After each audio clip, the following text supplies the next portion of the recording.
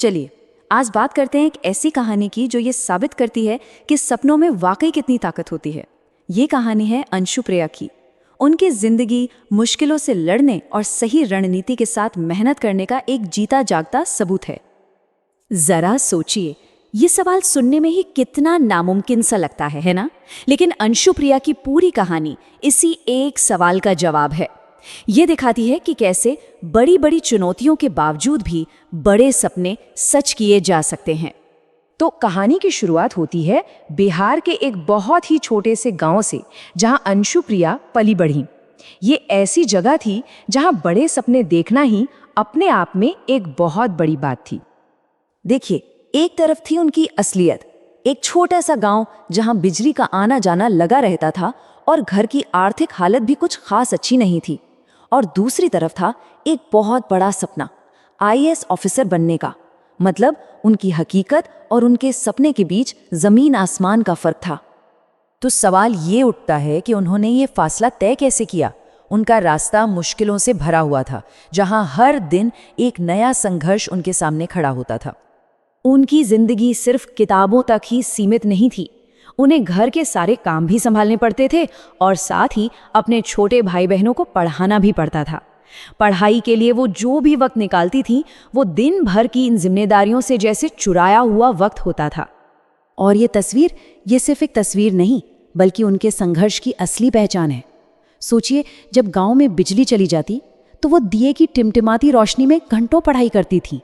उन्होंने असल में जिंदगी के और सचमुच के दोनों अंधेरों को हराया। और यही उनकी सोच थी, उनका मूल मंत्र। उन्होंने हालातों के आगे घुटने टेकने के बजाय अपनी मेहनत को ही अपना सबसे बड़ा और सबसे ताकतवर हथियार बना लिया। यूपीएससी जैसे बड़े एग्जाम के लिए कोचिंग को अक्सर बहुत ज़रूरी माना जाता है, लेकिन अंशु के पास ये विकल्प था ही नहीं। पैसों की कमी की वजह से उन्हें अपना रास्ता खुद ही बनाना था, अपनी लड़ाई खुद ही लड़नी थी। पर उन्होंने हिम्मत नहीं हारी। उन्होंने उन साधनों का इस्तेमाल किया जो मुफ्त में मिलते हैं, यूट्यूब के वीडियोस, इंटरनेट पर मौजूद पीडीएफ्स और लाइब्रेरी की किताबें। उन्होंने ये साबित कर दिया कि सफलता के लिए संसाधनों से ज्यादा सही नियत और लगन की जरूरत होती है। लेकिन ये सफर बिल्कुल भी आसान नहीं था। सफलता उन्हें पहली बार में नहीं मिली। अपनी पहली 2 कोशिशों में वो प्रीलिम्स की परीक्षा भी पास नहीं कर पाई। और यही वो मोड़ है जहां ज्यादातर लोग हिम्मत हार जाते हैं, लेकिन अंशु ने ऐसा नहीं किया। उन्होंने असफलता को अंत नहीं माना, बल्कि उसे एक सबक समझा और अपने सपने को छोड़ने से साफ इनकार कर दिया। ये उनकी कहानी का सबसे बड़ा टर्निंग पॉइंट था। उन्होंने ये समझा कि सिर्फ कड़ी मेहनत करना काफी नहीं है, बल्कि स्मार्ट तरीके से एक सही रणनीति के साथ मेहनत करना जरूरी है। और यहीं से सब कुछ बदलने वाला था। तो उन्होंने अपनी रणनीति में 4 बड़े बदलाव किए। पहला, हर दिन 8 से 10 घंटे की फोकस्ड पढ़ाई। दूसरा, रिवीजन के लिए छोटे और सटीक नोट्स बनाना। तीसरा, प्रीलिम्स की तैयारी के लिए टेस्ट सीरीज सॉल्व करना। और चौथा, मेंस के लिए लगातार आंसर लिखने की प्रैक्टिस करना। यही वो कदम थे जिन्होंने खेल को पूरी तरह से बदल दिया।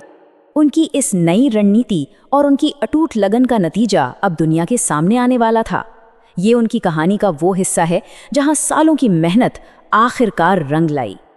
और नतीजा शानदार। यूपीएससी 2022 की परीक्षा में उन्होंने ऑल इंडिया रैंक 231 हासिल की। उस लंबी और मुश्किल यात्रा का ये एक बेहतरीन मुकाम था। और इस तरह उनका वो सपना पूरा हुआ जो उन्होंने एक छोटे से गांव में दिए की रोशनी में देखा था। उनका चयन देश की सबसे प्रतिष्ठित सेवा आईएएस के लिए हो गया। तो अंशु की कहानी से हमें क्या सीखने को मिलता है? 3 बहुत जरूरी बातें। पहली, कि गरीबी आपके सपनों के आड़े नहीं आ सकती। दूसरी, कि बिना महंगी कोचिंग के सिर्फ सेल्फ स्टडी के दम पर भी चोटी तक पहुंचा जा सकता है। और सबसे जरूरी बात, असफलता का मतलब अंत नहीं होता, बल्कि ये एक इशारा है कि अपनी रणनीति को और बेहतर बनाने का वक्त आ गया है। अंशु ने तो मेहनत को अपना हथियार बनाया। ये कहानी हम सबको ये सोचने पर मजबूर करती है कि जब परिस्थितियां हमारे खिलाफ हों तो हमारा वो हथियार क्या है जिसके दम पर हम अपनी लड़ाई लड़ सकते हैं।